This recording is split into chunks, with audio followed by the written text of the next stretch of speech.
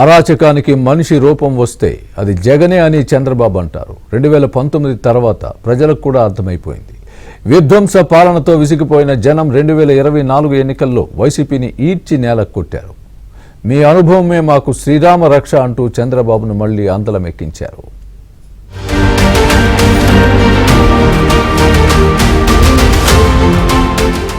డిసెంబర్లో ముఖ్యమంత్రిగా జగన్మోహన్ రెడ్డి అసెంబ్లీలో చేసిన 3 రాజధానుల ప్రకటన రాష్ట్రంలో ప్రకంపనలు సృష్టించింది.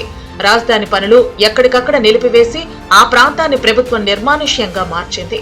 భవిష్యత్తు తరాల రాజధాని కోసం 33,000 ఎకరాలు త్యాగం చేసిన అమరావతి రైతులు ఉద్యమ బాట పట్టారు. వీరికి మద్దతుగా చంద్రబాబు చేపట్టిన అమరావతి పర్యటనలో పోలీసులు దగ్గరుండి వైసీపీ శ్రేణులతో రాళ్లు వేయించారు.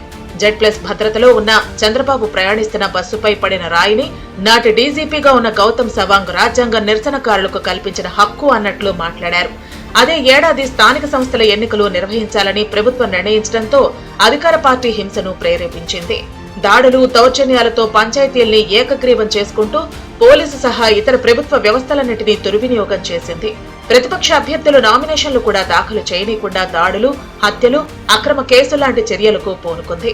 ప్రజాస్వామ్య పద్ధతిలో ఎన్నికలు జరిగే వాతావరణం లేదని గ్రహించిన తెలుగుదేశం స్థానిక సంస్థల ఎన్నికల్ని బహిష్కరించింది. పార్టీ ఆవిర్భవించాక తొలిసారి ఈ సంచలన నిర్ణయం తీసుకుంది. ఆ ఏడాది కరోనా కారణంగా ఏటా మేలో ఎన్టీఆర్ జన్మదినం సందర్భంగా నిర్వహించే మహానాడును జూమ్లో నిర్వహించారు. టెక్నాలజీని ఉపయోగించి ఓ భారీ కార్యక్రమాన్ని కరోనా నిబంధనలు పాటిస్తూ విజయవంతంగా నిర్వహించిన పార్టీగా తెలుగుదేశానికి గుర్తింపు వచ్చేలా చంద్రబాబు చేశారు.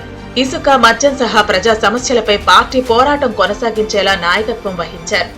2021లో ఓవైపు కరోనా కోరలు చేస్తుంటే ప్రతీకార దాడులకు హద్దే లేదన్నట్లుగా వైసీపీ ప్రవర్తించింది. పార్టీ సీనియర్ నేతలు అచ్చెన్నాయుడు, కొల్లు రవీంద్ర, ధూళిపాళ్ల నరేంద్ర, చింతమనేని ప్రభాకర్, దేవినేని ఉమ, పట్టాభిపై కేసులు నమోదు చేసి జైలుకు పంపింది. యనమల రామకృష్ణుడు, అయ్యన్న పాత్రుడు, చినరాజప్ప లాంటి నేతలపై అత్యాచారం కేసులు పెట్టింది. జగన్ మంత్రివర్గ విస్తరణ యోచన చేస్తున్నారని తెలుసుకుని ఆయన మెప్పు కోసం ఎమ్మెల్యేలు మరింత రెచ్చిపోయారు. పెడన ఎమ్మెల్యే జోగి రమేష్ చంద్రబాబు ఇంటిపైకి దండయాత్రకు వెళ్లి యుద్ధ వాతావరణం సృష్టించారు.